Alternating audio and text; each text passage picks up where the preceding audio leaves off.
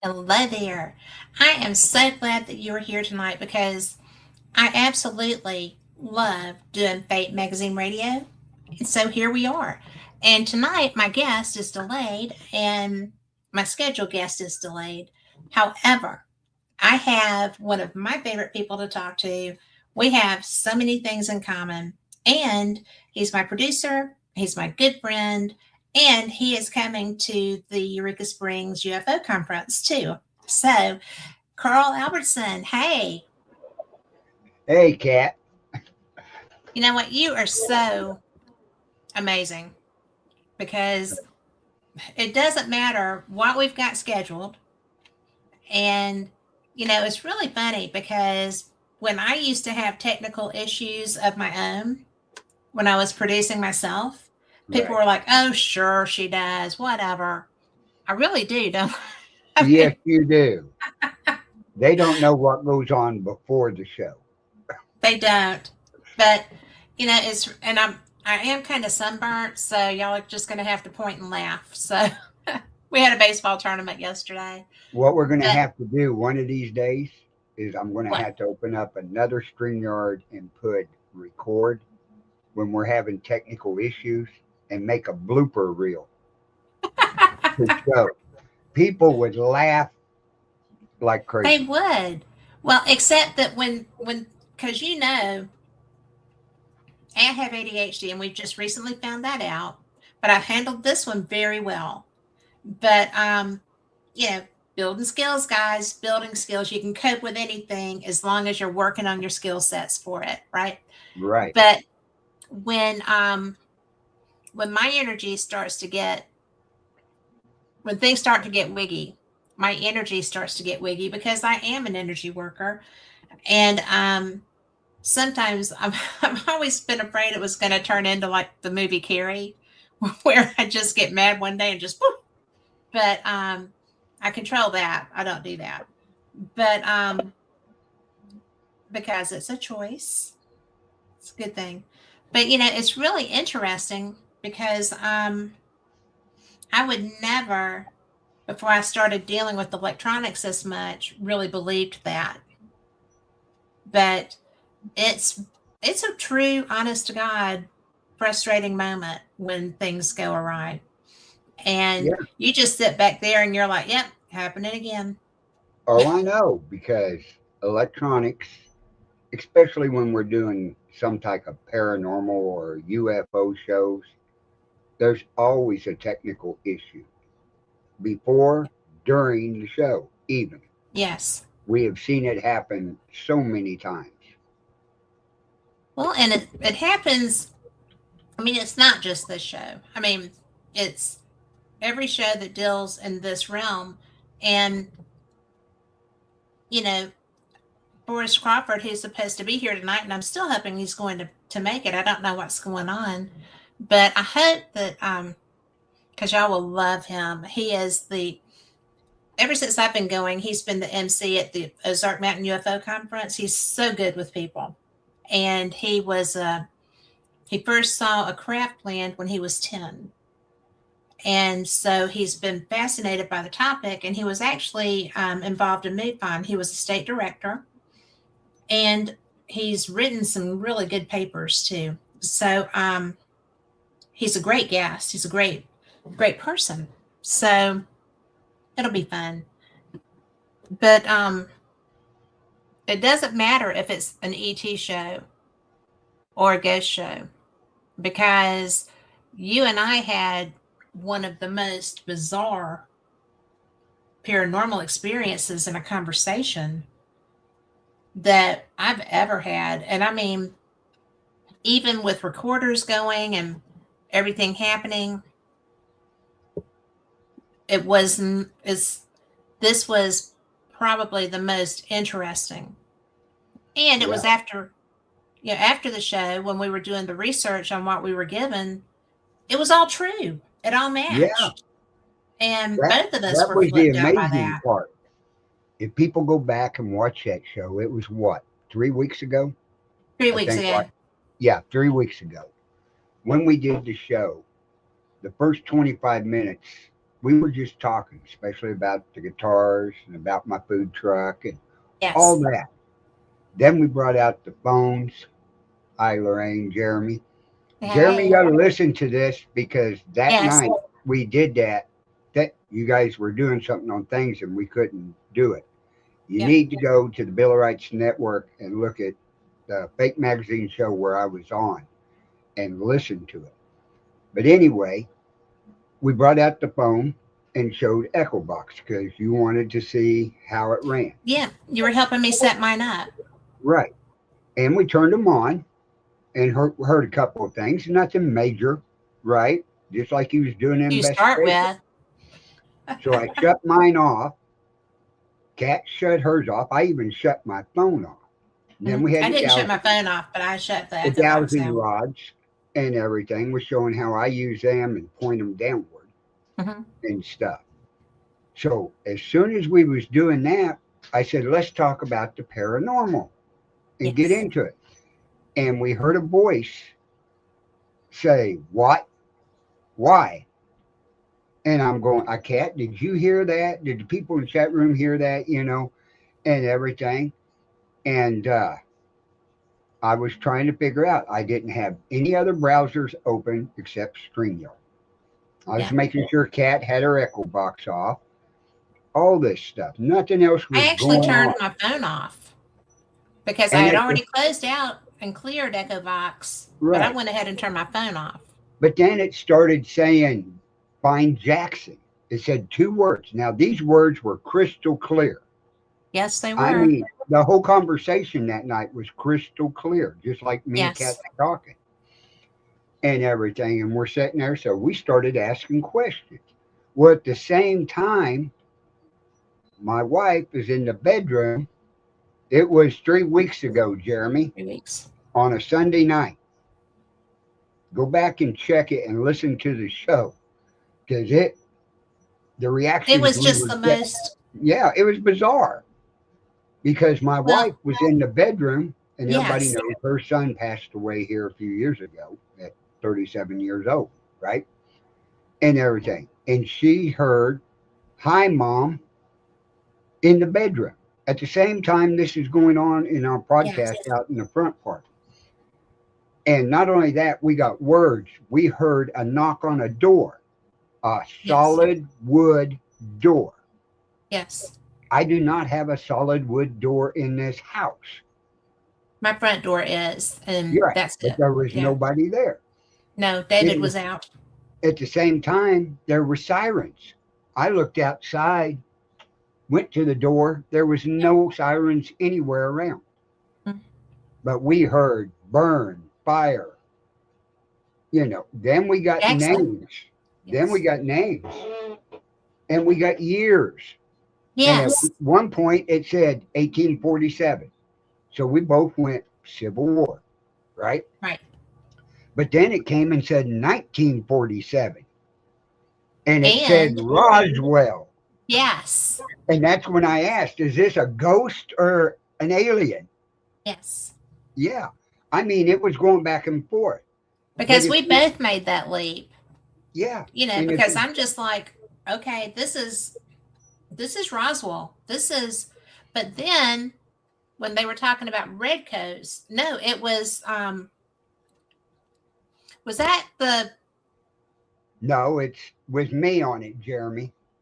yeah, I'll tell you what date it was on there real quick. Let me do thank you. something here. He's going into And the past shows. yeah, I'll go into past shows and give you the exact date and which one. It was on the February 22nd. So it was almost a month ago. Yeah. So yeah, it'll say Carl Albertson on Fake Magazine with Cat and Yes. stuff. But But I that was the mean, most, to give you an idea, folks, talk to them a little bit, Kat. I'm going to bring something up and show them. okay. Okay. But no, I'll bring it part of really, that show up and show them okay. exactly what was going on and go through it. Well, You know, Okay, to let's start see. with, though, we were getting the redcoats, right? You know, need Jackson. What? How did? Yeah, redcoat. And remember, I Yeah, looked that up. and they were Southern soldiers, and then there was They were used they by the they had a uh, name, but they were based in Georgia, and it was right. absolutely the most bizarre thing because I'm sitting there thinking redcoats, Georgia. Well, they were a Georgia unit, and I'm like, well, they should have sent them because they would have kicked everybody's butt. So it was in a well by Jackson. Are you I kidding mean, me? I can't remember all of the verbiage because I was tripping as we were doing this, and Carl's memory is much better than mine with that. But it was just the most bizarre string of circumstances. So we're looking online as we're doing the show, and we find the redcoats. Then we find William. What was his last name? Do you remember? William Smith. Yes. We found him in Roswell, Georgia. And as we're going through and we're fact checking and information checking, then it was just all the way through. Everything was checking out. And meanwhile, Tammy's getting knocks in the bedroom. So she comes out. Then there's knocks at the door because you got knocks at your door, right? Wasn't it? Wasn't Right. it knocking on your front door? Yeah. And then EMS sirens. And then, I mean, and we found, you know, people that matched everything that was being said. And that does not happen very often. I mean, that doesn't happen very often when you're on site in a location Right. getting Oh, information. Did you find it?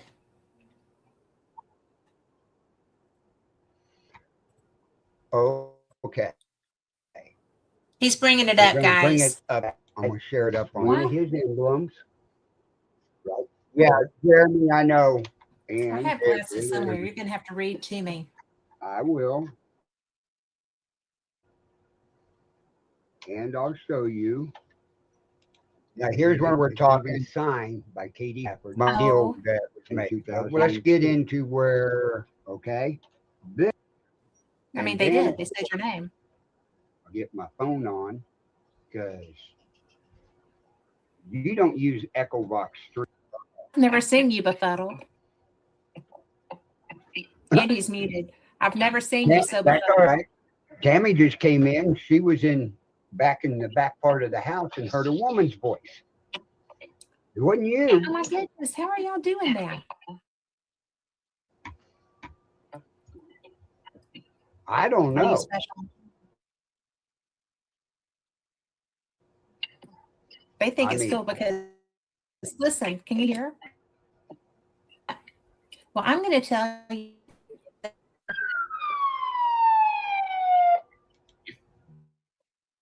there was a siren. Okay. Yep. You don't have the squad out down there, do you? No. Yeah, I'm worried that the squad's there. I'm double checking everything to make sure I don't have another browser open. Yeah, I don't.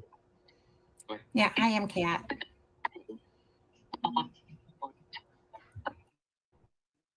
George. See, there it is. Talking Georgia. I'm setting this down on my computer because Okay. I'll put it on the other side so it'll point toward my mic. Jeremy's getting it downloaded to watch it So, off your yeah, is this the coolest thing ever? It's It was the different, I'll coolest put it thing that ever. way. I I've mean, had really, some strange things happen with Echo. She didn't say it here. There's no voice coming out that says that here. Well, just stop and think. Okay, all they're saying is what and why, what and why, and then I heard a siren. Yeah. There's nothing going on outside, so I know it's not out there. I don't have anything going on. Go like that. It makes my mind start thinking. What's doing this? Well, What's doing this? What's doing yeah. this? And I mean, there's no television on. The dogs are asleep. There's But folks, nothing you can happening in see here. how stunned we Carl. were. Yes, Said, yes, I'm here. Who's talking to me? It said my name. that was two voices. I don't know, folks. Who's talking to Carl?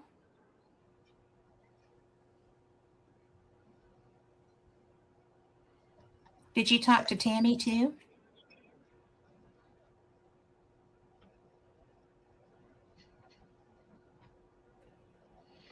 The only thing electrical I have going is a lamp. It was, Jeremy, it was too loud. Jeremy said that was too loud a Yeah, that siren was coming from Jeremy. outside. Let me get this stopped here a second. The wildest thing is Yeah, that that was we too have loud to had, be outside. yeah, but we have had, I mean, not during a show, but I've had neighbors who had to have an ambulance called, and one of them had a house fire. Neither ambulance or fire truck could be really heard like that inside. And these are really pretty curtains, but they're really dense and Yeah. they're soundproofing and darkening curtains too. So I was pretty positive it wasn't here, but I still checked because it wasn't at his house. And we have never, and I've done paranormal experience for 10 years, which does get paranormal activity in the shows sometimes. And I've done Fate for 5. Same thing happens on occasion, right? But I have never, ever had anything like this show. And it gets weirder from that point. I mean, this was Oh, it does. just the beginning of the show. This was Yeah. not even the weird stuff, right? So Right. it just kept on and kept on building. And But what was amazing was it was the clearest English that we've ever heard.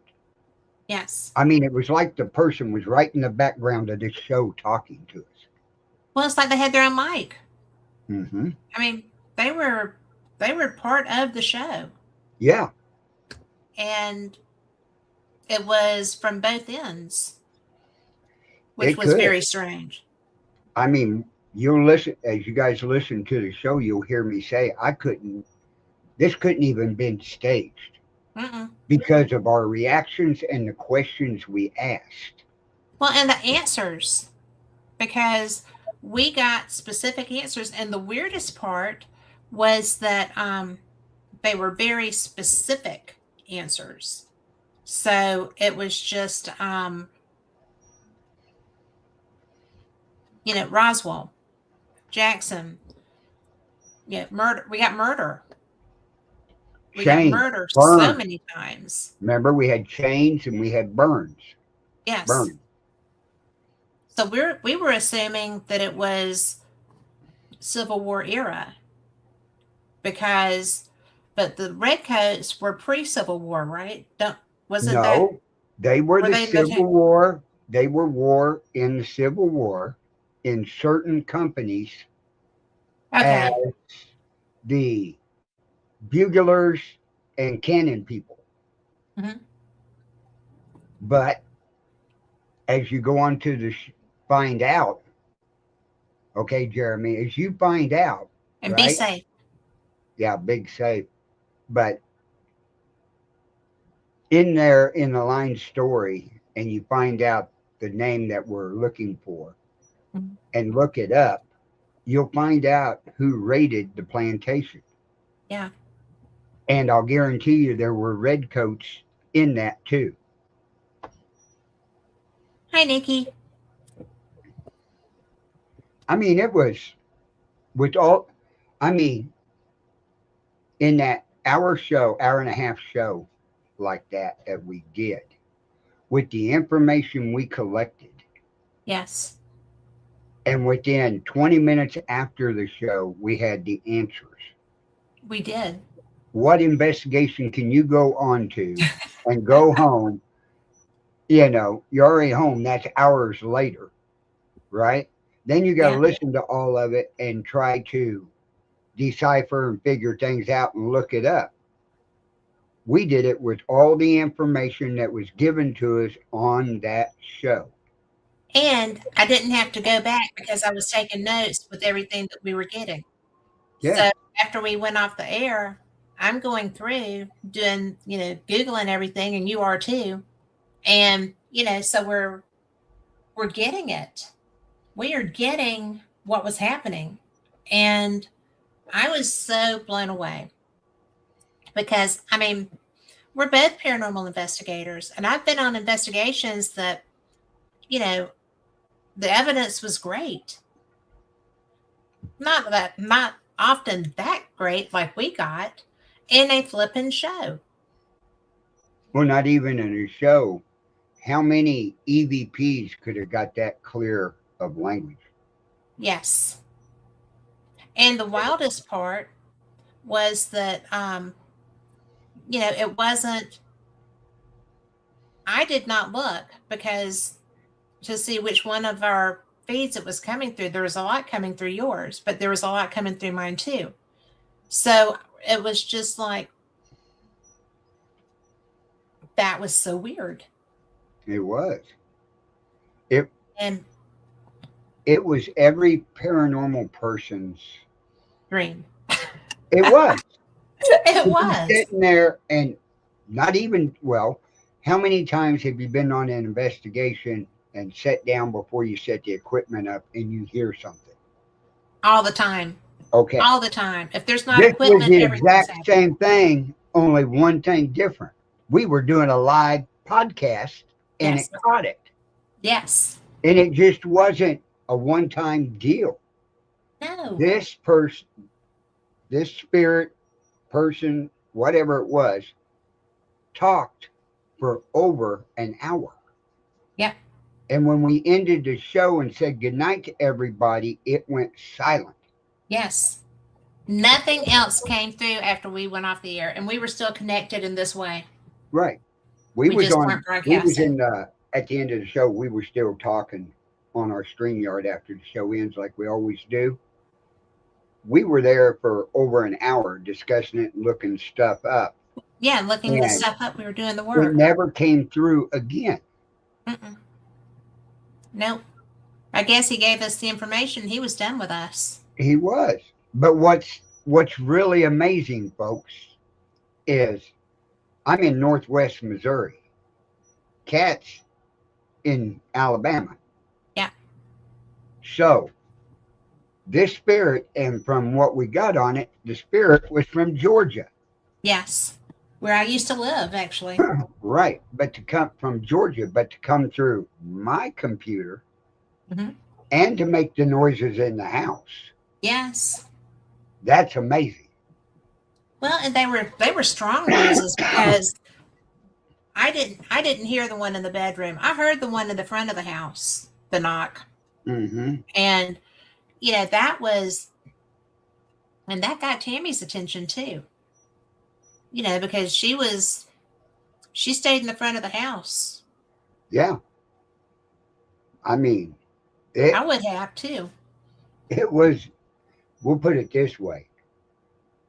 We're doing the same type of show and nothing's coming through. Yeah. That'll probably be the one and only time it ever happens. Yeah. But as they always said, it was caught on camera. Yes. It was caught on audio Yeah. and camera. Well, But I mean, it was caught on camera yeah, because we were live. So I think our reactions were probably at least as entertaining.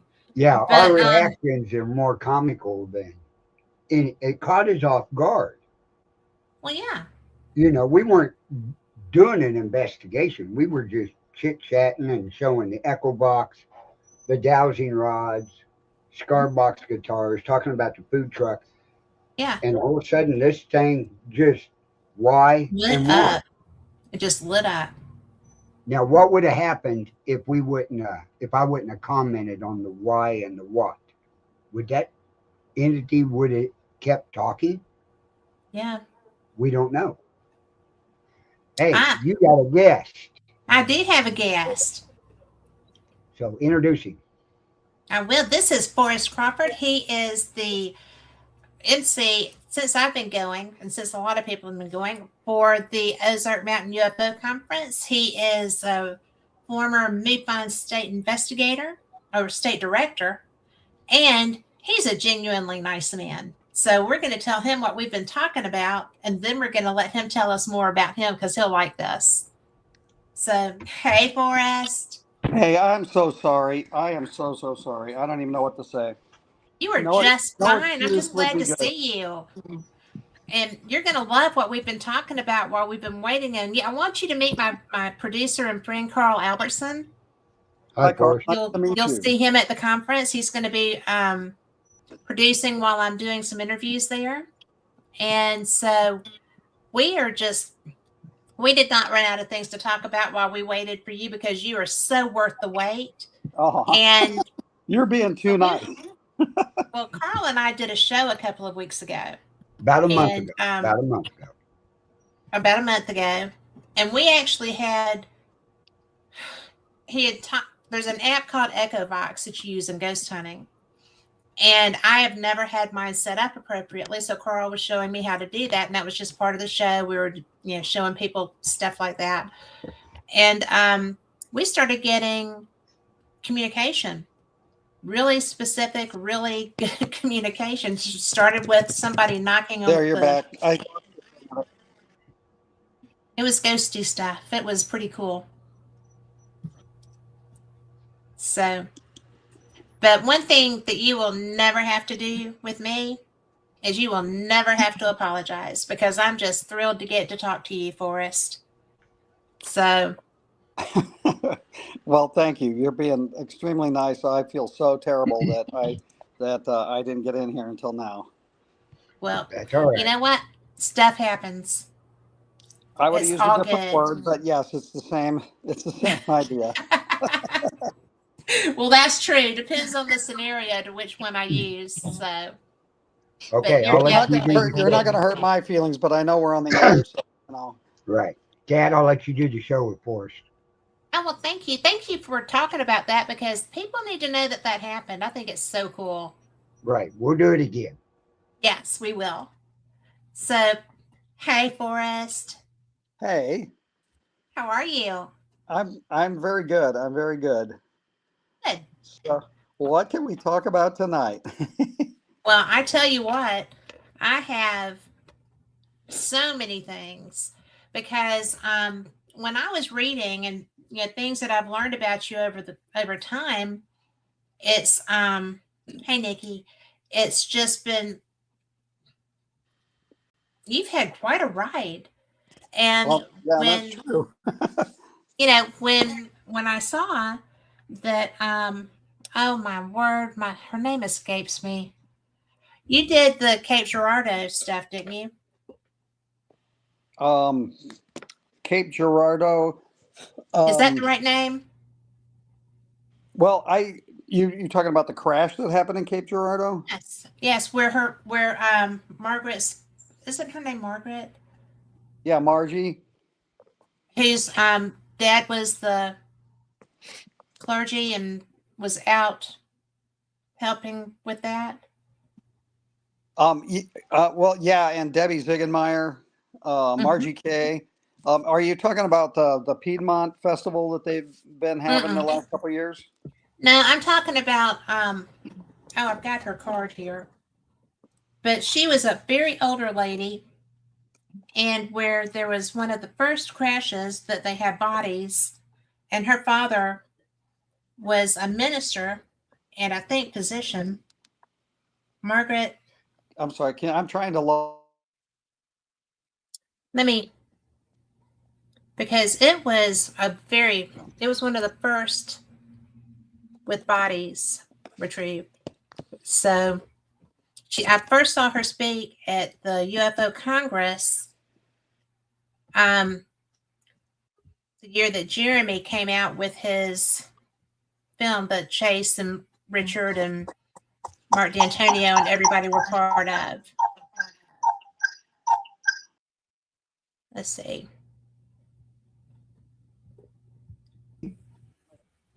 Abriel, thank you. Yes, you look great. I was switching to my laptop instead of my phone, so it would be better. Okay. So anyway, on the Cape Girardeau crash, I didn't have anything to do with investigating that crash originally. It happened a really long time ago. Well, it did happen a really long time ago, but I knew that you had interest in it. Oh, yeah. Well, sure. Live in the area, have a UFO crash that nobody wanted to talk about for years. Yes. That's pretty fascinating stuff. Well, I was so surprised because I cannot believe that I blanked on the woman's name. She's somebody I admire a lot, and it's just slipped. But at any rate, that was the first time when I was in Phoenix. That's the first time I'd ever heard of that crash. And yeah, I'm not familiar with very many that had that level of evidence. Do you? Right. I investigated a case that had to do with a different crash. It wasn't in Missouri. It was where the actual crash happened. I don't know, but the government moved the craft and the bodies and to a facility up by Minot Air Force Base in North Dakota. And the guy who was in the military, his name's Oscar. He was involved in with a security team that was called to be the security force when they opened this crashed craft. That was a case that I investigated. It was also from Missouri, but the crash was not here. So I'm not sure if you might be referring to that my probably involvement is in it. that. Yeah. That probably is it. I just got them confused in my mind. But yeah, that case it's the most extraordinary experience I've ever had as a UFO investigator, was working that particular case. It's got so much going on to unpack, and it's even more relevant now than when I first investigated it back in the 90s, just because it validates almost everything everybody's talking about these days and coming forward and disclosing. So it was a very, very interesting case. Well, it's a very interesting time that we're living in right now. I'm part of the Scientific Coalition on UAP Studies, and when I start seeing some of the research that's being done, some of the knowledge base that's coming together to try to get the information kind of unpacked and understood, and how can this happen? How does this happen? It's very much the science based. It's not really experiential, but it's still fascinating to me. It's I just love this stuff. I mean, I'm not going to lie. I love every aspect of ufology, whether it's strictly science based. I love talking to experiencers. I love going into the history of cases. When I had a young man who kept trying to friend me on Facebook, and I don't usually add people I don't know, and certainly not back then, but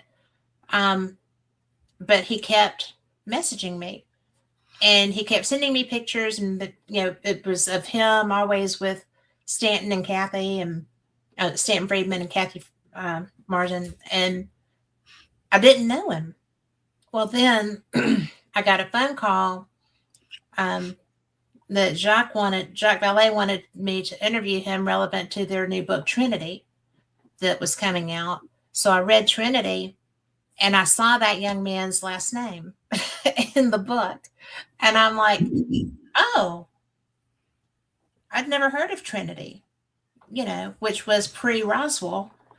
And there were actually, Jacques wrote that book with Paola, and so I was just kind of like, this is so unknown to me, but there's so many cases that seem to have that same history. Are you familiar with Len Stringfield's work? Yes. I was fortunate enough to meet him years ago and be able to spend a little bit of time with him. And he's one of those guys that, like, everybody's like, oh, there's Roswell, the Roswell crash. There's Kecksburg, maybe, there's just those few classics that everybody wants to talk about. And then Len goes, oh yeah, well, I've got really good evidence for like 35 more crashes that nobody's ever heard of, and you're like, what? He was such a fascinating guy. And it just goes to show you there's way more going on than meets the eye or that most people know about, or even folks in the UFO field, for years didn't know about a lot of these things. Yeah. So it's one of those little Pandora's box kind of thing. You take a peek in there and then all of a sudden there's just this tremendous, wealth of things going on, just coming out all at once, all over the place. And there's so, like you said, there's so much, and people just don't even, because they do a very good job of disinformation and just plain hiding things too. But it's a little harder to get away with that at this point in history. I think it is. It is. It's the people who are coming forward and speaking with authority and confidence before Congress, on TV, the politicians, the military folks. It's unprecedented. It's nothing like this has ever happened before. And it's sort of like there's no going back now. The way I put it is, even what's happened so far, and we're not there yet with, full disclosure or whatever, you can't put this cat back in the bag.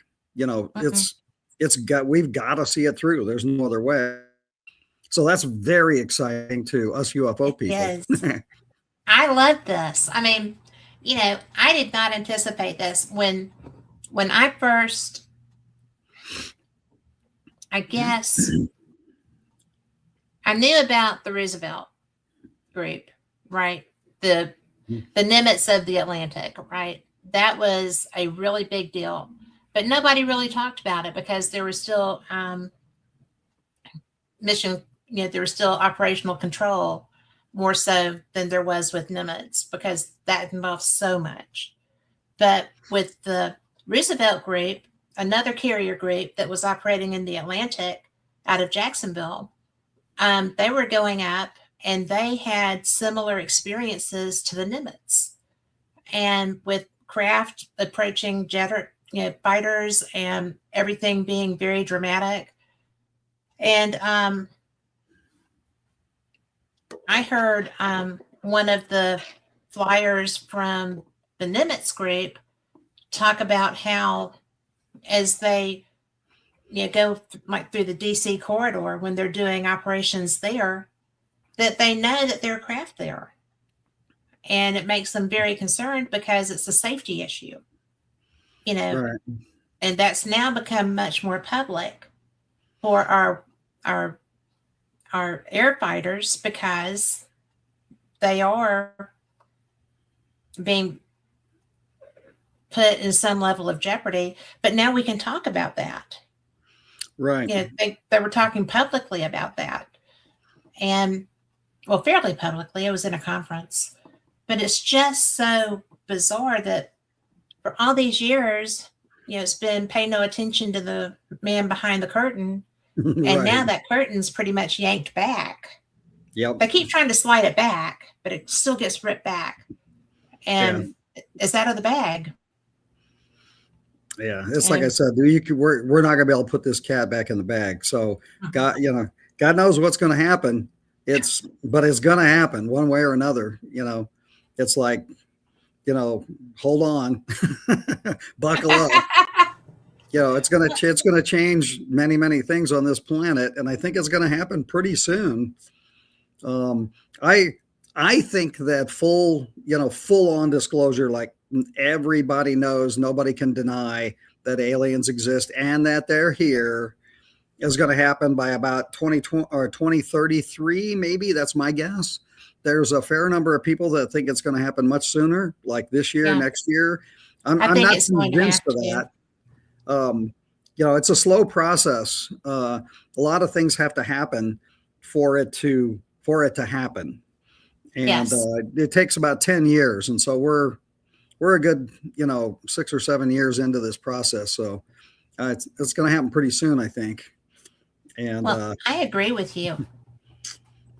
But what do you think it's going to take for it to be definitive proof? well, that's a good question, because and are you going to be at the conference, by the I way? am. Yes. Okay. You might. I'm not gonna give you a spoiler alert, but my opening remarks are going to address this issue, and it's going to be maybe a little different than what most people are saying about what disclosure is going to be, what that's going to look like. But the most prosaic answer to that question is that everybody walks outside and looks up and they're seeing ships, like they're everywhere. It's not just the proverbial landing on the White House lawn, because that's the White House lawn. There's a lot of other political centers around the world, and nowadays anything can be faked. It's got to be, and it's got for the masses. It's literally gonna. I think it has thousands of ships in the sky, visible to everybody. And then I think that's going to be such a panic. Could be. I mean, because there's so many people who are not going to be able to deal with that, because for whatever motivation they may have, that's going to be, for them, instead of being a beginning, that will be an ending in their mind and their belief system. It's going to be, you're right. People will have to decide how to fit it into their lives. And some people are going to absolutely freak out, and others, like us, will be jumping up and down going, yay, finally. Yes. I think we can make the assumption that the leaders of the world are going to try and walk into that situation. They're not just going to go, oh crap, today's the day they're all going to show up. So there might be that proverbial landing on the White House lawn or at some military base, and some official meeting between the aliens and military or political officials, of leaders of some kind, and that's televised. And that might happen a bunch of times around the planet with different leaders, but again, anything that's on television can be faked. You're going to have to walk outside and look up in the sky and go, oh my God, Forrest was right. I will be sure to say Forrest was right. I'm going to have that put on my tombstone, by the way. That's what I want put on my tombstone is, I told you so. That's what There you go. I told you. Yes. Right. But my husband will understand the inflection. Right. But the most interesting thing is that I have seen a craft. Like, I was just minding my own business, and I was just, in a hammock, chilling out. And it wasn't it was in a cloud, but it was a really weird colored cloud. And I did not know that was a thing at the time. So I was on the phone with my daughter, and I was like, don't hang up. Even if you don't hear me, don't hang up. Because I did not want to have a missing time incident, and then she would panic, and, she needed to know when it was done. And they usually seem to put you back pretty close to where you started from what I understand. Sure. Right. But it was very unusual and very unexpected. And I was just kind of like, okay. How old were you? I was about this old. but minus 20 years or so, minus Okay. 10 to 20 years. But, and it was just, I had dogs outside with me. I mean, it was just a summer afternoon when I was just laying in my hammock watching the world go by. Yeah, because I live near an airport, so I see planes go in and stuff. I love planes. But anyway, it was my color Kool-Aid. And I also lived near an air refueling wing. So I know what those look like. That wasn't that. And, it was just a very unusual experience that I didn't quite know what to do with, except just kind of clock it and go on, And I've had a couple of incidents where I've tried to file a report with MUFON and their system doesn't work. And so I called Steve and said, this just happened. And he was like, well, you need to file a report. I said, I am. I'm giving it to you because your system doesn't work. So here you go. And he really regretted giving me his phone number. But All right. but somebody needed to know, and I tried to follow the appropriate procedures and they didn't work. And I didn't want to be a loony bin when I saw him at another event or something and, come up and say, well, I this happened, and didn't get the proverbial, well, why didn't you say something? Well, because it didn't work. So if you see something and you need to file a report, pick up a phone and call somebody. MUFON has phone numbers. So if their system doesn't work, you can do that. But how long were you with MUFON, and are you still? I guess I officially joined in in 1989, and then was state section director. Then I became assistant state director. And then when Tom Stoltz was the state director at the time, when he died, I took over as state director in 91. Okay. And then I was state director for Illinois until 2003, when David Marler took it over from me. Mm-hmm. And then David handed it off to what's his name? I know him well, but don't you love it when that happens? Yeah, no, I don't, because I know, right? We used to have a good memory. So yeah, anyway, so for good 11 or 12 years, give or take, I was the state director, and he hosted the symposium one year. That was interesting. So yeah, I've been, as far as MUFON is concerned, I was, involved with them during that period of time. And then I let my membership lapse, and Walt Andrus, and I were pretty good friends, and God love him. He kept my membership alive, even though I stopped sending him money for quite a long time. Yeah. And but I'm not officially involved with that organization at this time. But MUFON is, they're the biggest civilian organization out there in the world, and they do really, really good work. And yes, they do. I was happy to contribute to the organization in a way. I was on staff for a while as the computer specialist for MUFON, and I created the database for all of the paper records in Walt Andrus's garage to be transcribed into the computer for the very, very first time, so that we could actually start mining that data for real. So I'm proud to have contributed that to the world of ufology. That's wonderful. So yeah, I'm not an IT guy, but I was good with databases back in the day. So, well, I am a playing with it gal. I am not, and that's not true. I'm pretty good with it most of the time, but probably because back when word processors were as technical as they got, I started taking classes on anything I could find to take a class on relevant to them, because my dad told me to. So it's been a fun ride with technology. So until it doesn't work.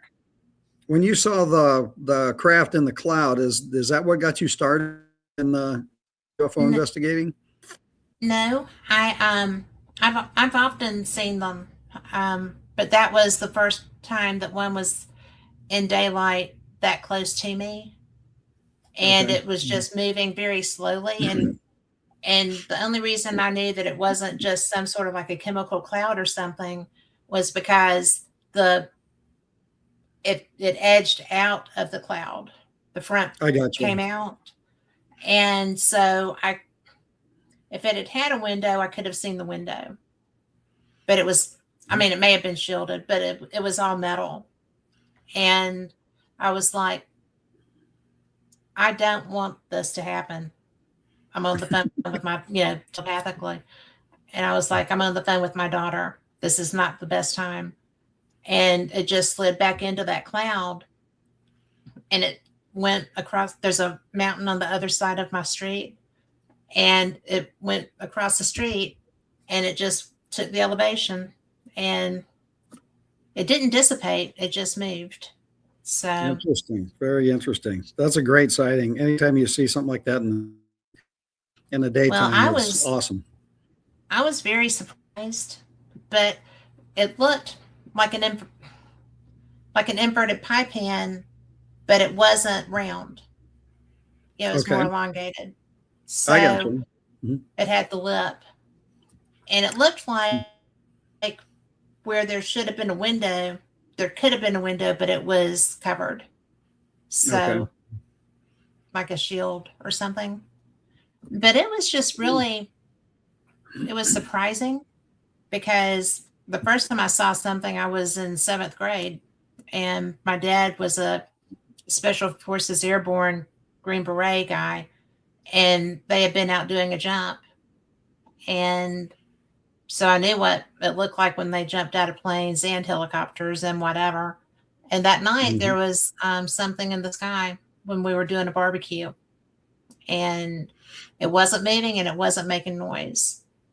And my dad and his friends were like, "Oh, well, that's a helicopter." I was like, "No, it's not. I just watched you jump out of them. I know what a helicopter looks like." So I was 7th grade. I was a little mouthy, but it's never changed. But it was so funny because to a man, they looked at each other and they kind of grinned, and then they looked at us, the kids, and said, "It's a helicopter." No, Okay. but But thanks for they playing. knew. They knew, huh? They did Yeah. because they had these, like, when you're in on the secret, but you can't tell the people, Right. and they're just kind of like. But there were lights outside. My sister and I shared a room. There were lights outside our window that night. So that was So, have you ever dug into or thought about why seeing these things? about why what? Like why you're seeing these things? Um, Sorry, that might be I a think personal question. it's not, Okay. but I think it's because I'm not somebody that's going to freak out about it because there has to be something smarter than us, right? We are Well, not always the sharpest tool in the I shed. hope so. I I hope know, so. right? But I don't feel like it's something that I mean, I grew up with a kid that was a Star Trek freak, right? And then I married one, and I kind of am one too. But I don't see any reason to just assume that we're the only game in town. And I never have because where where's the fun in that? Why would you know, I'm a creationist, and why would you make all this stuff and only have one playground? Well, If you yeah, could do especially that, as more and more we look out there with better and better tools and realizing that there's millions of planets out there that are probably like Earth. yes. It just doesn't even make sense that we're the only one. No, it doesn't. And when you start looking, you know, we are getting tools. Like you said, we can see. And from, gosh, I guess that I was a fan of NASA from the first launches that they were doing, and that they were televising. And hopefully we're going to be at the Artemis launches some. And, David's already very fired up about, he already got me my Artemis shirt and all this other stuff. Oh, so nice. he's like, oh yeah, you fired got up. to have swag. You got to have swag. Yeah. He's all about swag. I'm just like, just get me there. But, he was disappointed because we couldn't get in the primary seating for the launch for the first one. And I'm like, you can see it from all over. I don't care if we're sitting like, I just want to see it. And, because my stepdad was the craft that burned. My stepfather was on comms, and he just had turned his console over because the brass were taking over for the launch. And so he did not have the earphones on during that. But there was enough of it that and that's always stayed with me. Is that the Apollo mission that burned and killed Gus Grissom? All of them, yeah. There were 3. Yeah. But that doesn't leave you. And he was not a very good person after that, but he was still trying to cope with a lot of that trauma. And different people deal with trauma in different ways, and his weren't very healthy. But it is what it is. So, but yeah, I would have tripped out over that too. I mean, really. Oh, sure. Well, I was. I'm at that age now where, and I have young kids. I have 15-year-old twins. Even though, yes, I'm too old for that. Yeah. I was too old for that when I had mine, and it's still right. No, that's a lot of work. Wife 2.0 wanted to have babies with somebody she was in love with, and I just wanted to go to. So I have twin 15-year-olds, boy and a girl, and I've never been to Bora Bora. So you won that, right? So well, there's still time. Oh, yeah. Oh, no, I made her promise. No matter how old I am, she'll roll my wrinkled ass down the boardwalk at Bora Bora, sooner or later. We were actually going to go this year. It's our 20th anniversary, but we're not going to get to. Yeah. So anyway, the point I was trying to make is that my 15-year-olds now are sort of fascinated with what I've experienced in my life. Okay.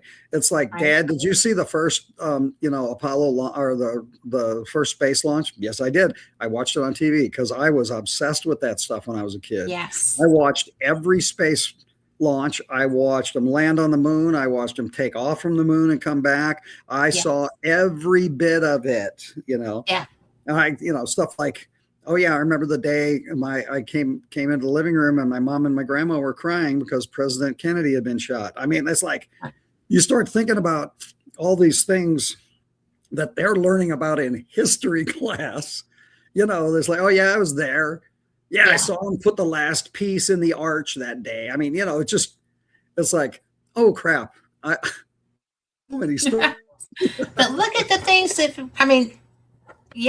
crap, because it's like, how on earth did I get here?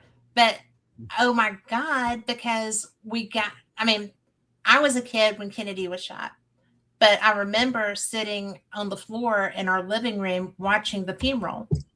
Yeah, and me too. I remember the funeral. Yes. Yeah, I do remember that. And, it was, I think I remember the shooting, but I didn't see but a second of it because my grandma, I do remember the TV got broke all of a sudden, but but then I saw the funeral. But when I was 7, around in that period, the boy next door to my other grandmother was a Star Trek freak, right? Oh, so he had the Apollo capsule out in the yard. We went to the moon and back every day. And yeah. So you made things out of cardboard boxes, right? He actually had a capsule. Oh, cool. The jet capsule. Okay. So we had a real capsule. I remember as a kid, we would get a washing machine box and we would make little handles and knobs and I always built time machines. That's That's so what kind of a cool. nerd I was whenever I was a kid. Yes. Yeah, absolutely. So I have some interesting things I can share with you about Star Trek if you're interested. Can I tell you one real quick, and then I want to hear all of yours? Sure, absolutely. That boy with the Apollo capsule Mhm. told me, all I want to do, I want to work somehow with Star Trek. I want to be involved with Star Trek. And I was like, cool, you do that.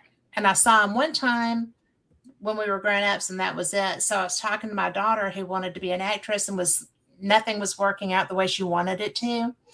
And I was like, and I knew that when I saw him that one time, I knew that he was writing for Star Trek, right?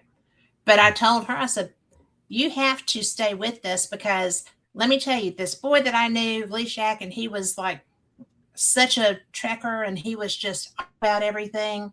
Mhm. And all he wanted to do was work with Star Trek. Well, that man now is writing for Star Trek Next Generation. Oh, And nice. whatever is out now. I said, so don't you ever give up on your dream, because if a little boy from Gardendale, Alabama can go and work in Hollywood and do his dream, why can't you? And I'm going to tell everybody listening that, why can't you? Because how cool is that, though? I'm so proud That's of him. fantastic. It's really fantastic. I love stories like that. Yeah.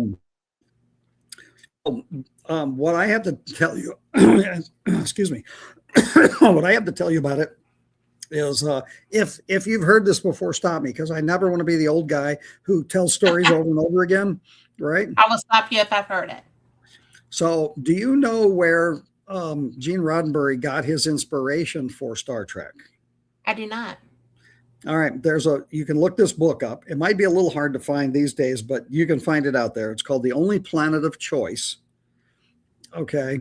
And in that book is about a group of, I'm not sure what is the appropriate term to use for what they were. It was a group of ladies. I think it was like 3 ladies, but the group might have expanded beyond that started receiving telepathic messages from beings in the universe. I guess that's the best way to put it. And so they started inviting people to like come to their group when they were doing this, because like, hey, you're not going to believe what's happening. And so people started coming to the group by invitation and getting this information that was supposedly coming from extraterrestrials that they were communicating to this group of ladies. Okay. And at one point, one of the people that got invited to that group and did attend with some regularity was Gene Roddenberry.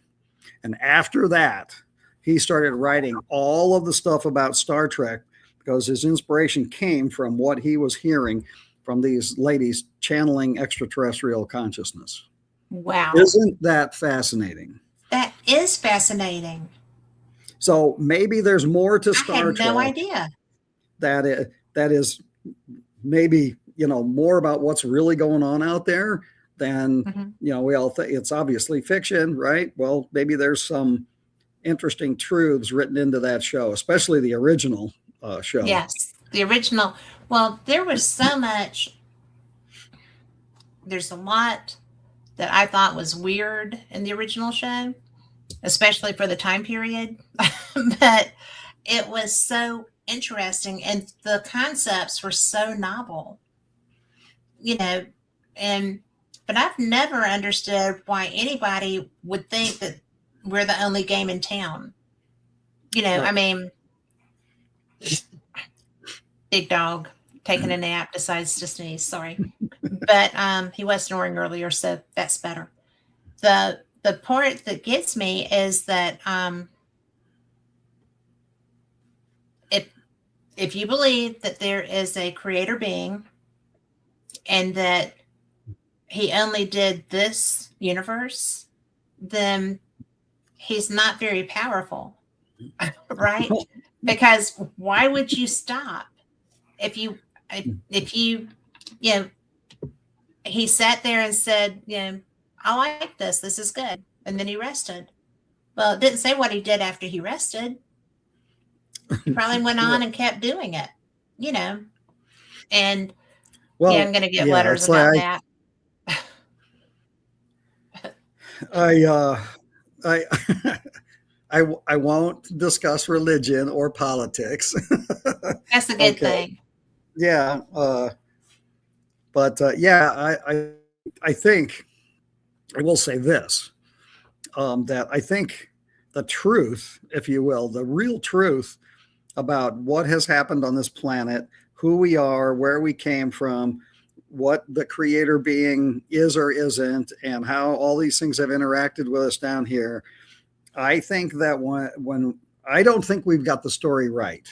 Okay, we got part of it right. We have Yeah. interpreted it as best we can, but I think that someday the bald faced truth, and I wasn't trying to make a joke, will come out, and we will know all of those origin stories and all of that kind of stuff. And I think we're going to be very surprised how different it is, to what we think has happened. Is that putting it gently? I actually agree with that because I don't have a problem with the creation story. I don't have a problem with that. But the fact that I got to listen to Eric Von Daniken like 4 or 5 times in one summer, and it was always a different lecture. And I was so enamored because he was a nice man. And it was interesting to listen to him. And he had pictures and he shared everything. He was just, he was a true explorer back when that wasn't really happening that much. Well, his inspiration to people cannot be overstressed. No. The very, very first book I read on this subject was Chariots of the Gods. Yeah. And I've heard that from so many people. And what it did is, it's like if you read it, it's like, okay, there's a lot of stuff in there that may not be aliens, but there's a lot of stuff in there that, well, it probably is aliens. And it was so good at making people think about, what's really going on here. That doesn't make sense.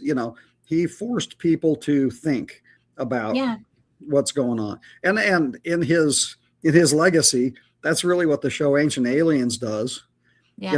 Because those guys, I know some of those guys, and they are really good researchers. They really are, even though sometimes they say the craziest stuff. Okay. And it's a joke, that, I'm not saying it's aliens, but it's aliens. They know it's entertainment, but the value of that show to me, being a UFO guy, is that they make you think about what could have been going on, even if you're like, well, it doesn't have to be aliens, but how did they move that stone? So, it makes people think. Well, the coolest part of that is that, people, I'm sorry, my battery is trying to die on me and I don't even know why it's not plugged up. I was trying to make things work earlier, but we're not. So, but the most interesting thing to me when I listened to him, and it got to where, because I was pressed, I could be in front to record and other things too, were people would get so mad at him about his book. How can you, and he was like, well, the original book had a question mark at the end of my title. I wasn't saying these are gods. There's a question mark. So, I was just kind of like, okay. But, that's why, because he and Giorgio Tsoukalos are from the same village. And that had a lot to do with his involvement with Ancient Aliens. And, but when he physically went to all these places as a young man. He was in the base of the Great Pyramid. He was in the pyramid in South America that had the little rocket guy carved on it. Chichen Itza, is it? Yeah. He saw all those things as a young man. Well, yeah, that was and I've always been somebody who I would say, get off the couch and get your ass out there and look for this stuff. Because I'll tell people, like, I've seen lots of UFOs, and they're like, oh, how's that possible? And I go, well, I don't sit in front of my TV and hope. I go, oh, there's a bunch of sightings in Pacific, Missouri. Well, again, I drive out there and I stay up all night looking at the sky. And guess what? You're going to see stuff. Yes. Okay. Well, I do that. I mean, I'm a deck sitter, Oh, yeah. so my hammock broke, so I'm sitting on a chase lounge now. It's not nearly the same, but it's so interesting because I was just sitting out last night, and there's stuff that's just flitting around. And I was out because there's supposed to be meteor showers this week, so I was out trying to see what I could see. But it's fascinating.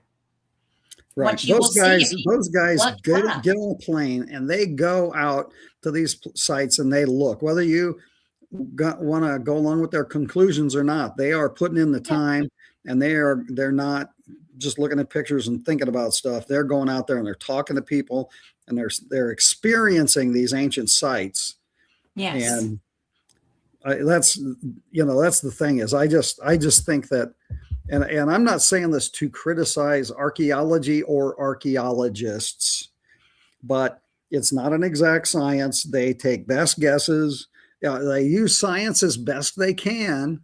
Yeah. Okay. But I think if they're like weathermen, I think if they get it half right, they're lucky. Yes. Because the more you dig,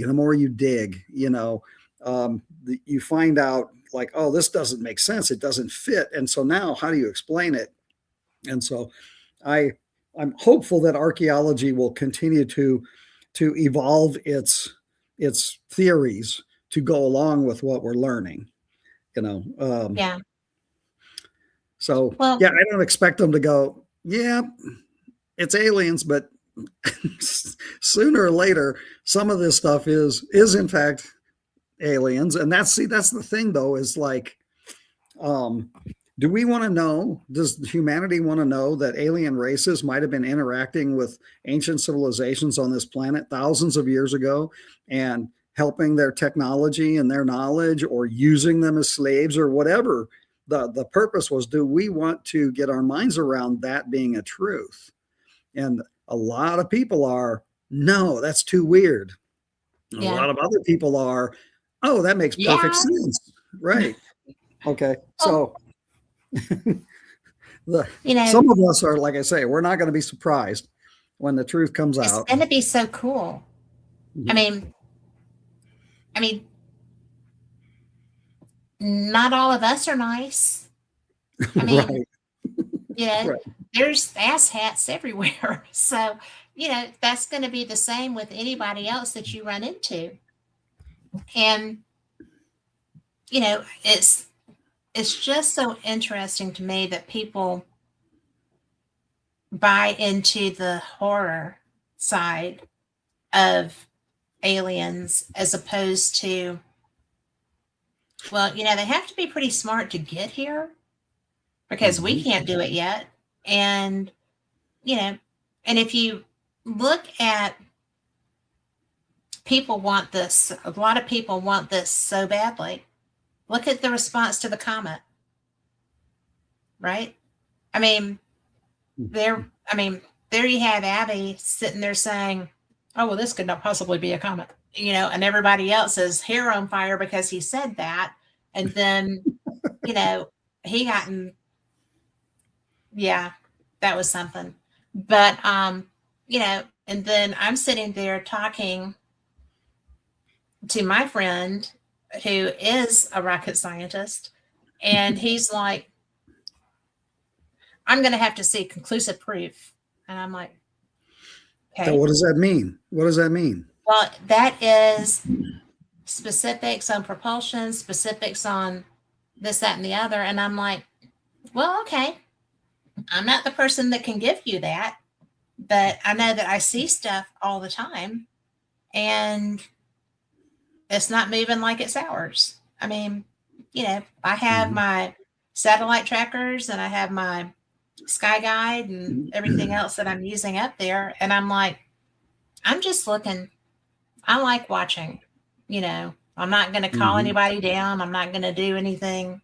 Yeah, that was close enough right there off my deck was close enough. Right. And, that was, I don't want anything more personal than that because I don't want to have to explain something to my husband about why I was gone for a week. I mean, that's right. That would be that's always an awkward conversation, right? And right? no matter what you were doing, you can only use the aliens abducted me excuse once. Yeah. Right. Well, it's so funny because he knows. I mean, because he knows that I see stuff because I'll go get him. And I'm like, you're not going to believe what I just saw. I get really excited when I see something that I'm pretty sure is not ours, because of the the way it moves, how it moves, the trajectories that it takes off on, that kind of stuff that I don't know that we have something that can do that. But it's so much fun to do the what ifs and then to try to plot out what that would look like if it, and I think that's why I like doing these conventions because, well, like talking about ancient alien guys, Dr. Sam last year at the conference with his Bosnian pyramids. Oh, right, right. That was the first I had heard of those. And he's like, well, you should come out and work with me. I said, my husband's not letting me come to Bosnia right now. It's a little bit hairy out there. Well, yeah, not a place you want to be. Not right now. I mean, I barely got him to let me go to Belize, right? But, and now he said he'll go with me next time. So that's a good thing. But he doesn't like to travel very much. But, it's just, there's so many things out there to be found. Because when Sam was talking about the pyramids, and he had like the light beam that was coming out of it and things like that. And I'm like, holy mackerel. Are you kidding me? He's like, that was, nobody'd ever heard of that before. No, it's so bizarre. I don't even know if the ancient alien guys knew about it. If they hadn't been talking about it. It was just fascinating. It was extraordinary. I'm so glad that Adnan got him here, to talk about it. I mean, that was a great get. Yeah. And he was pretty personable too, to be, but I was really impressed with, actually, I was pretty impressed with all of last year. I love this conference. This is my favorite conference. Oh, it's mine too. That I go to. And I can say, because I've been investigating this stuff since I was a teenager. What got me started was a sighting when I was 10 years old. Did you see one land? Yes, I saw a silver disc-shaped craft land in a farm field about 100 feet away from the road where my best friend and I and his parents were coming back from like an all-day barbecue on the Illinois River, just north of St. Louis near Pierre Marquette State Park. And we saw this odd light moving around, and his dad pulled over, and we got out of the car to see what it was. And it was a disc-shaped craft landing, in this field. I watched the landing gear come out, and I watched it set down in the field. And then his dad freaked out like I've never seen a grown-up freak out. And they pulled me back in the car, and the way I like to put it is that's alien technology caused that Nash Rambler to exceed its design capabilities, because he floored it. He was so scared, just flying down these little country roads up there in that river valley. And then he never, until his dying day, allowed anybody to speak about it in his presence. Oh my gosh. Yeah. So that's what got me started. And because I've always been a science nerd. And like when I went to college, originally I was a physics major, and I chose that major because I wanted to figure out how these things flew. I wanted to research anti-gravity research. Okay.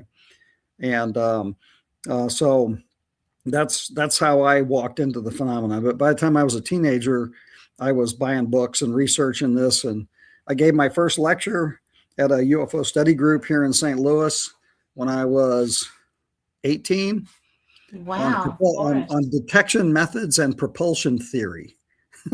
So, oh, interesting. Yeah. So I've been fascinated with the gravity research my whole life.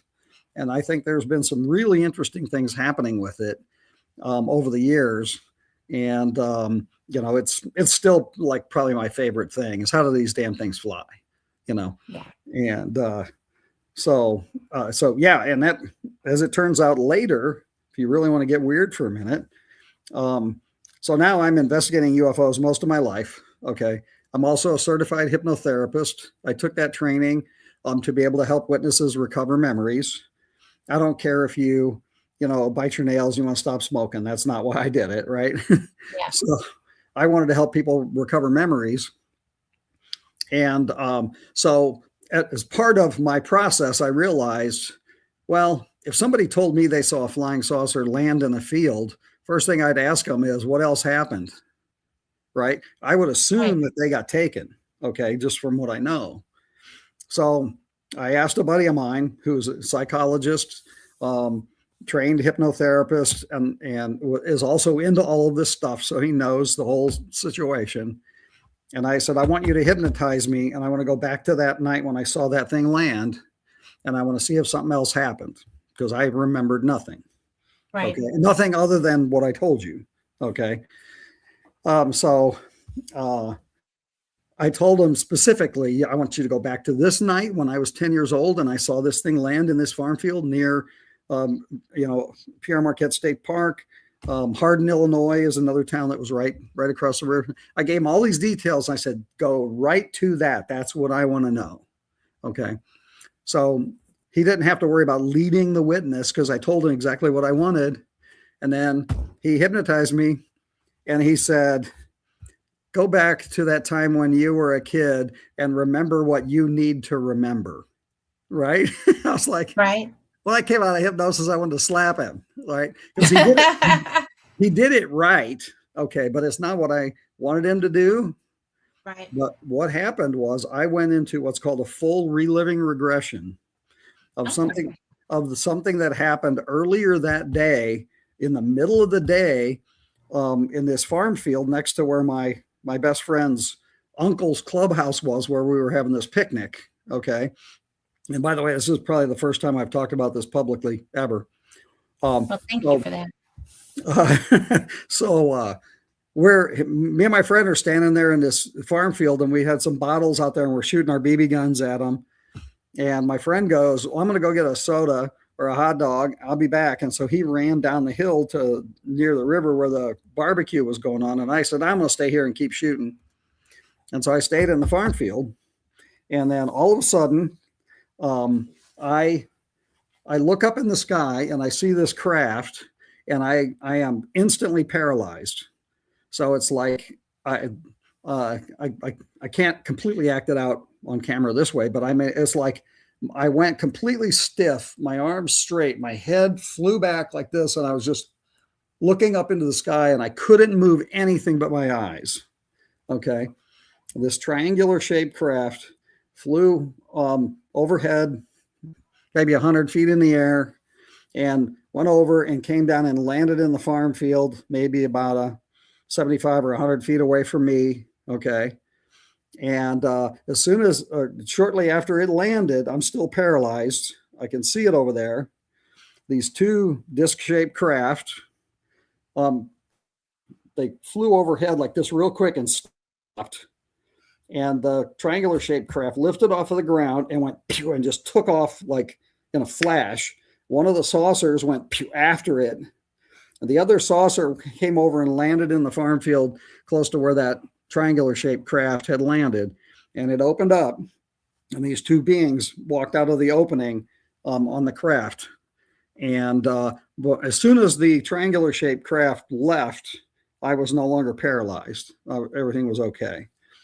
And the two beings walked out of that craft were completely human in appearance, wearing tight fitting jumpsuit kind of thing, and they were very familiar to me. Okay. Like I knew who they were. Okay. And I had gone through a lifetime from age 10 until I want to say that hypnosis session happened in like 1997, 98. I'd gone that whole time with no memory whatsoever of that experience, Wow. even with all of the things that I know about UFOs never triggered that memory. Because, there's people that have just seen Whitley Strieber's cover of his book and it just triggered Yes. these memories. So I'm very familiar with all of that. I had no trigger of that memory. And I was in a full reliving regression under hypnosis. It was happening again. I could feel everything and smell and see it. It was just like it was happening again whenever I was under hypnosis. Wow. So yeah, wow. It's like I came out of that. And actually, you usually don't come out of hypnosis. Like they count you out, Right. You popped out? I popped out and just sat straight up in the bed. And I was just like, oh my God, what the heck just happened? Right. So So you were aware. What? I was You aware. were aware through your hypnosis. Yeah. Yeah. So I've had some weird stuff go on, but that's how. So cool though. It was because it was, and to add to the story, later that day was when I saw the thing land in the field. Well, and I remember when I can remember that like it happened yesterday. I remember I wasn't afraid. I wanted to go sit on the little hill right there and watch it and see what happened. And my friends were just freaked out, like my friend's dad, Yeah. And well, the reason I wasn't afraid was that was the same one of those craft that came down in the middle of the day. It's like I You already knew. Yeah, I already knew. So that landing wasn't for me. It was for them. So now I've got people that can corroborate that story for the rest of my life. Wow. And they did. They did. I ran into my friend Jim years later after my mom had died. He came to the funeral, hadn't seen him in years. And he walked right up to me and he sat down. First thing he said was, "Sorry to hear about your mom. Thanks." Remember that thing we saw when we were 10 years old that landed in that farm field? And I was like, it was the first thing out of his mouth. So I was like, wow. Yeah, I kind of remember it. It kind of changed my life, right? A little bit. Yeah. Holy smoly. Yeah. Well, so, and that's one of many weird things that I've seen other craft. I've had other weird things, but you talk about like, well, I didn't want to be abducted. This was different than that kind of thing. Yeah. So, well, yeah, there's a lot of What's that? Do you wish it would happen again? You mean the friendly craft come down and visit? It doesn't have to. I know it doesn't have to. Like then it had to happen because it was part of me remembering things. Okay. Yes. And so, but it doesn't have to happen now because I know if they come down now, I'd like, sure, come down and get me. Let's get out of here. We're living in a crazy zone. Yeah. But, because I wonder sometimes because of the things that we see, the actual stewardship of our planet isn't going well. And it hasn't, since the beginning of the Industrial Revolution. But, I wonder sometimes if that's why maybe there's so much activity at times. It seems to fluctuate. For you? Yeah. Well, yeah. Mm-hmm. And so it just makes me wonder if there's not something relevant to me, it seems more like physical science kind of things, not necessarily behavioral things, but I don't know. I don't know what their priority would be.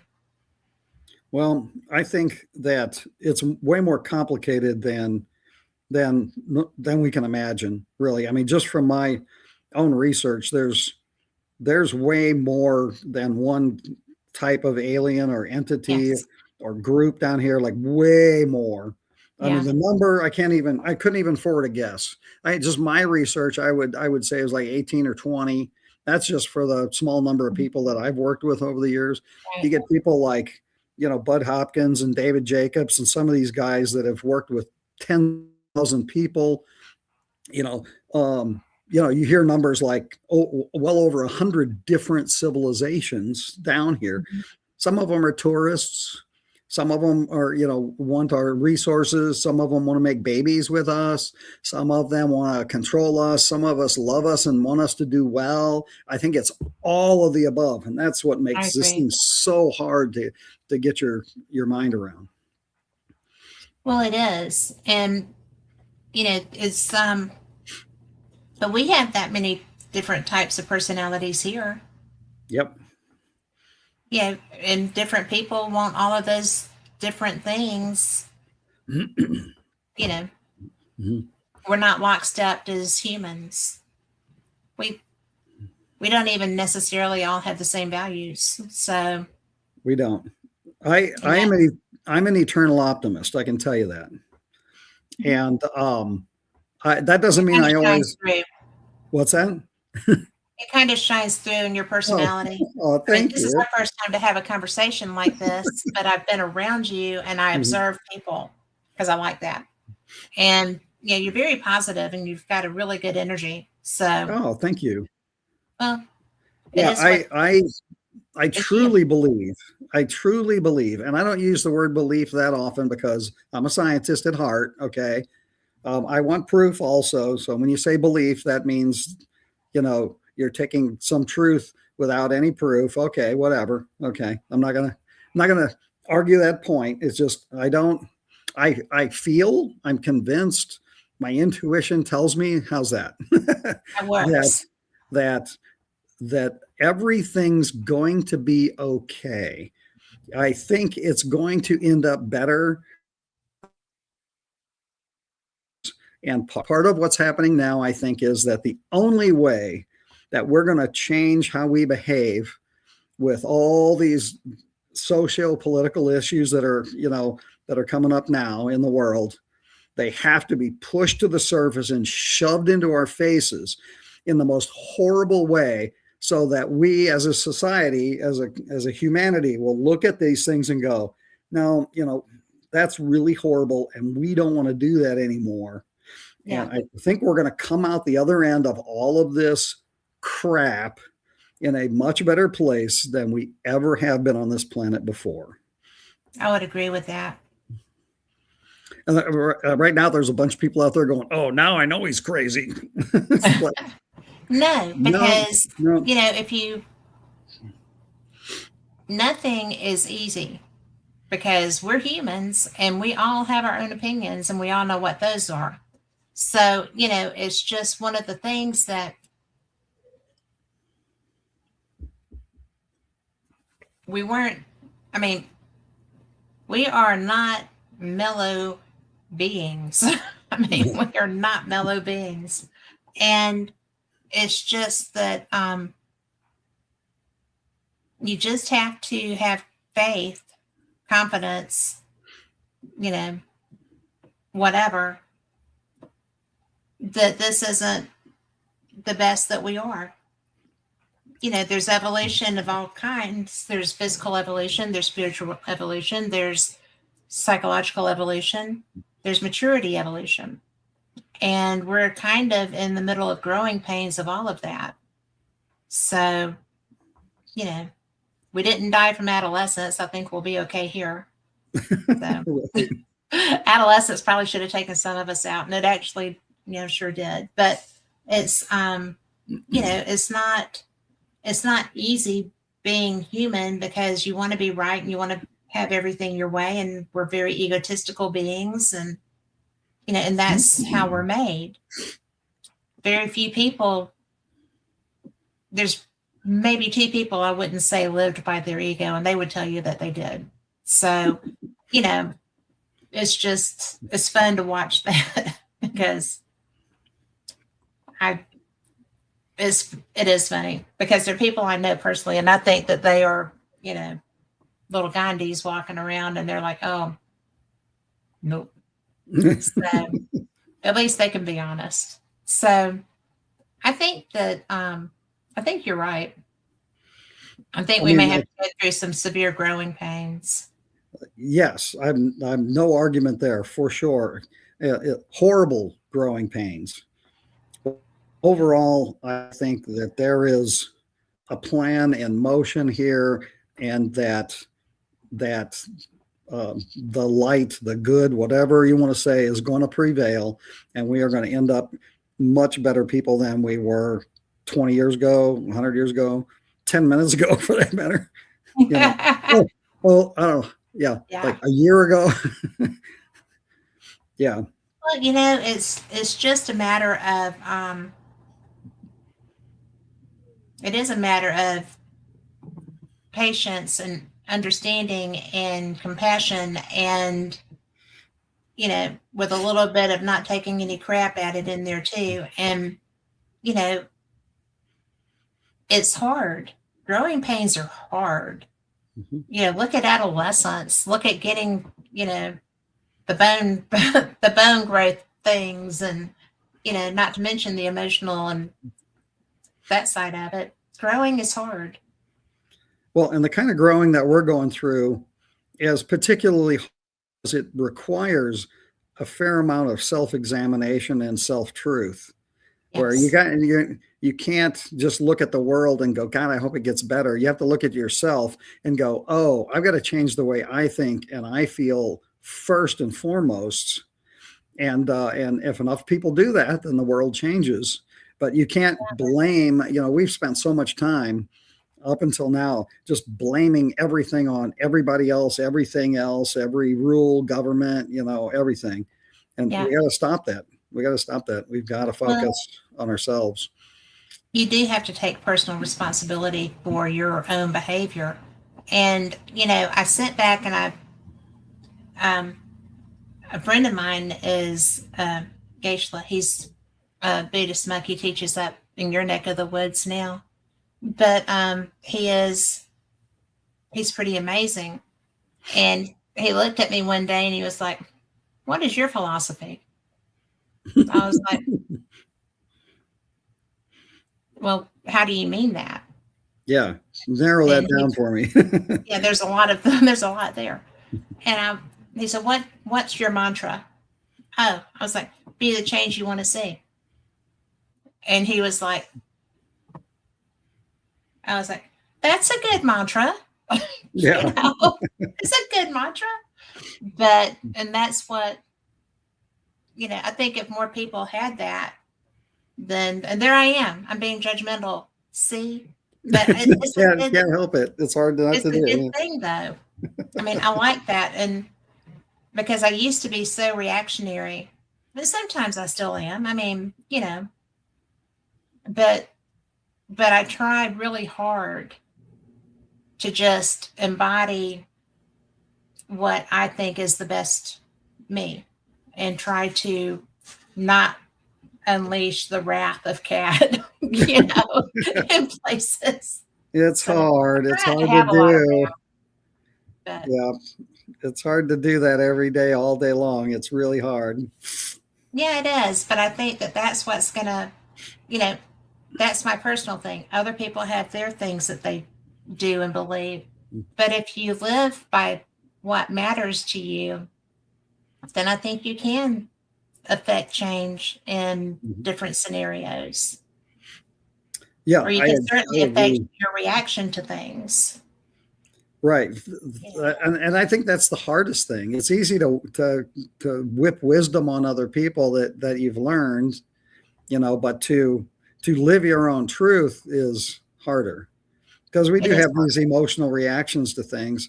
And if we, we're willing to pause and go, oh, I wish I wouldn't have reacted that way or felt that way, and just kind of self-examine a little bit. Then we get Or better said over that. time. Yeah. Or said that. Yeah. Yeah, I'm a often blurter. So, My mouth has gotten me in trouble way more than once in my lifetime. but I will, and somebody got on to me for this one time. I do say when I'm wrong. I will say, oh, I just really screwed that up. I'm so sorry. Let's see what we can do to make this better. And I had somebody that was a boss get onto me for doing that one day. And I was like, well, what did you want me to do? He said, well, you could have put it off on, this person. I was like, that person works for me. And that wasn't their decision. And that's what I mean by I'm trying not to throw people under the bus. Right. I just try to be right. But I think that's kind of what you were talking about when you were talking about, making changes, and because that was a big change in my philosophy, when I just was like, you know what, screw it. If I mess up, I mess up. I'm just going to take ownership. And I mess up a lot. I have to do that a lot. Well, maybe that's all why we're all here is just to learn. Maybe this is just a big school, or a big prison. That's probably it. Yeah, or both. There's movies about that, right? Yeah. Yeah. Oh, we could talk about that for about another 2 hours. Just that idea. Well, when I used to teach, I substituted in high schools, and if a teacher didn't leave a lesson plan, I always had Hitchhiker's Guide to the Galaxy in my bag. Oh, I love that. Oh my gosh, I love that. Yep. And for years, there's hundreds of kids through this area that have never seen the end of Hitchhiker's Guide to the Galaxy. I love the book, and I love the movie. Yes. Yeah. The book is excellent. Yeah. The book is not as good. I mean, the movie is not as good as the book, but I enjoyed them both. Yeah. Well, it was high school kids, so I didn't feel too bad about that. But yeah, because if I was coming in, they always had the audio visual thing in the classroom I was going to, just in case. So, but I think that I want to hear more about how you got involved with the conference, and how do you love doing the emceeing, because you're really good at it. Oh, thank you. I do love it. I do love it very much. And I can give you the sort of the short version of that whole story as well. At the time I was involved with MUFON, like I said, the conference started in 88 or 89. And I was just getting back officially involved as a UFO investigator at that time. Basically, I did it when I was a teenager. Then when I went away to college, I got, uninvolved, and I got married. I had some kids, and then at some point I was like, I need to really get back involved. And man, I can tell you some of the weirdest synchronicities that happened when I decided to do that. We haven't even talked about synchronicities. Holy cow. Little messages from the universe that tell you, you're in the right place right now. So I got back involved, and then went down to the conference. I think the first 89, I think, was the first one I went to. So it would have been the second year of the conference. And it was the first year, like, there was a guy that started it, and then he handed it over to Lucius Farish in 89. And that was the first time that I went. And the very next year, Lou asked me to speak, and I spoke at 19 of the 38 conferences. Wow. I became one of, this is going to sound pretentious, but I don't mean it to, because I didn't make this up. I became one of the Fab Five, as we were called. So it was, Lou kept asking the same five of us back every year, another 3 or 4 people. And so that's why I ended up speaking at so many of the conferences, just because Lou, he'd call me up like in January and he'd go, "What are you going to talk about this year?" And I go, "Lou, I ain't got nothing. I got nothing." And he goes, "Oh, well, you will." And sure enough, something would come up and all of this stuff would sort of fall together and he would put me on the podium again. And that went on for 19 years straight. Wow. So, wow. Yeah. So when he got sick, he asked me if I would, take over that role. And then the committee that was running the conference at the time, had been doing it for years, were, very faithful to Lou. And so I got sick. I said I would be honored to take that role. Because what's really funny about it is if you knew Lou was actually a very shy guy. He did not like getting up to the podium with a microphone at all, ever.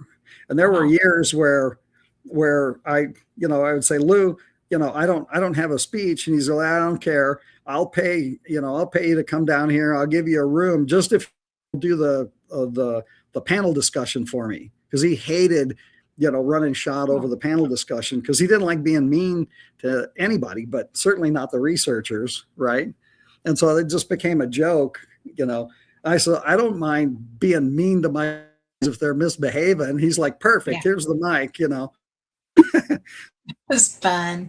So I had a lot of experience, public speaking. And so it was real easy for me to just, step into that role. And then when they had been doing it for so long, we're kind of tired. We've been doing this for 20 years, can we give it to somebody else? And Dolores Cannon's family is who we asked to step in because they do conferences all the time. So it was real easy for them. They knew how to do it. Yes. And so they took over the reign of the conference and then ultimately asked me to stay on as the MC, and I've been doing it ever since. So I love it. I'm glad you do. Yeah. I'm glad you do. Thank you. So I think not only you do is a it great job. a great honor to do it for Lou, for the conference itself, but I totally love it.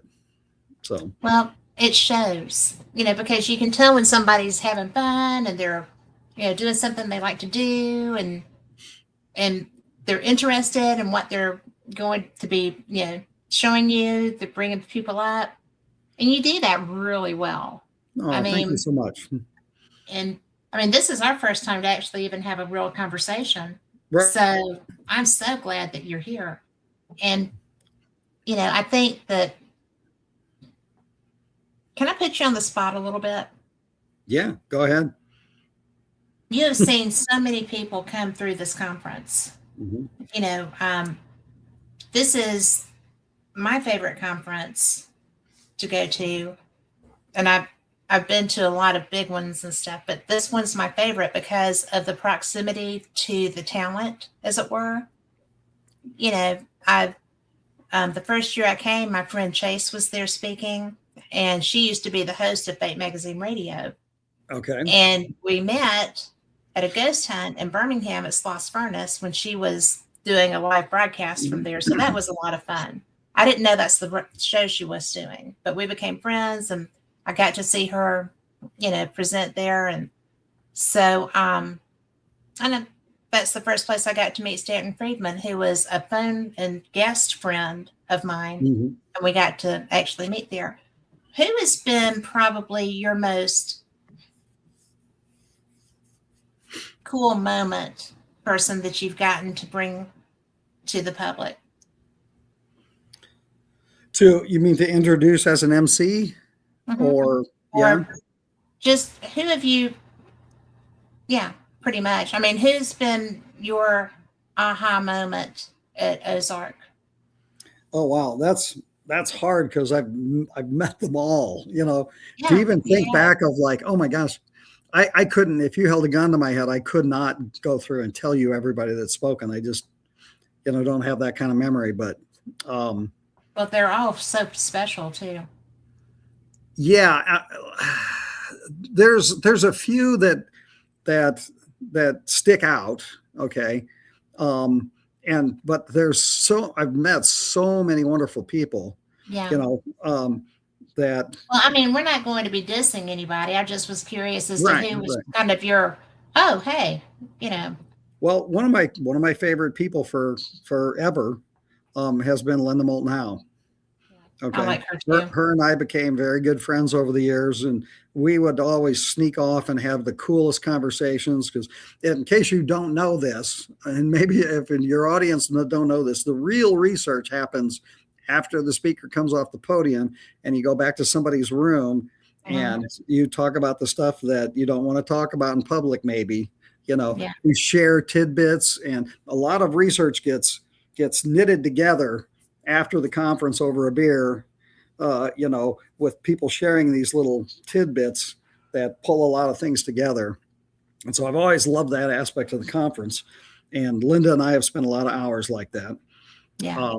And one of the other people that I really, really enjoyed and we kind of had an instant friendship bond when him and I met at a conference we were both speaking at in Pensacola, was Jim Mars. Oh gosh, yes. Jim Mars was awesome. Him and I, we just clicked, and we had so much fun together. And some of it was pretty indignant fun, but he was just an awesome guy. He was an awesome guy.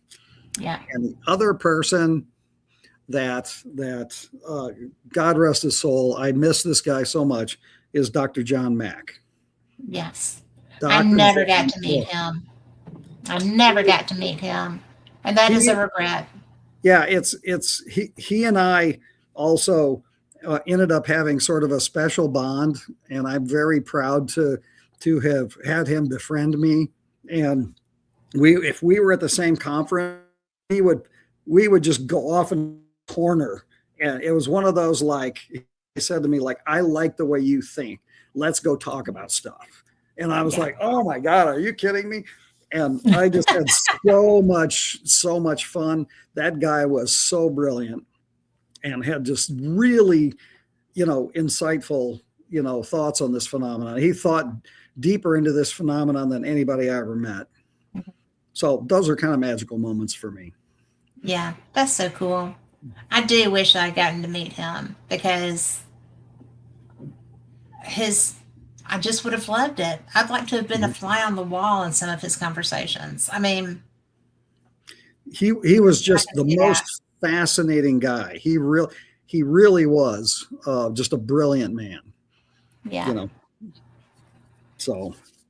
Well, I appreciate you being here so much, and I have had so much fun talking with you. Thank you. Thank you for your time. Can I say one more favorite person? One more favorite Please, person? do. And we're going to get to see her this year, is Debbie Cobble. I love her. Oh my God, yes. I love Debbie. Oh yeah, she's going to be there. Nicest women. Oh man, she and I are really good friends, and I'm so excited she's coming back. I am too. Yeah, she's fantastic. I got to meet her in Phoenix, and it was such a crazy conference.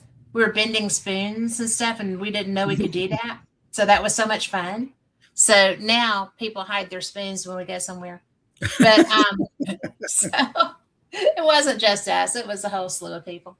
But I agree with you. That is one of my favorite people, and that's one of my big draws too. I'm excited to see her again. Well, maybe because I did this with her once. And Gene Robinson was another experiencer, friend of ours also, that was around years ago. We went ghost hunting at the Crescent Hotel with Debbie. She's very involved with a paranormal, ghost group, and one of her favorite people's coming with her. And I don't think it would take anything at all to get us all to go over to the Crescent and do some ghost hunting. Well, I do that. Yeah. I love that. You could, if you want to have me back, I'll tell you my ghost stories. I have some crazy ghost stories. I do a show on Wednesday nights called Paranormal Experienced. Well, cool. Just pick a date. I'm telling you what, I have had some personal experiences that are insane. We will do that. Yeah, and I might be overselling it, but I don't think so. I mean, I don't care. I just want to talk to you again, and that would be. I didn't even know you loved that.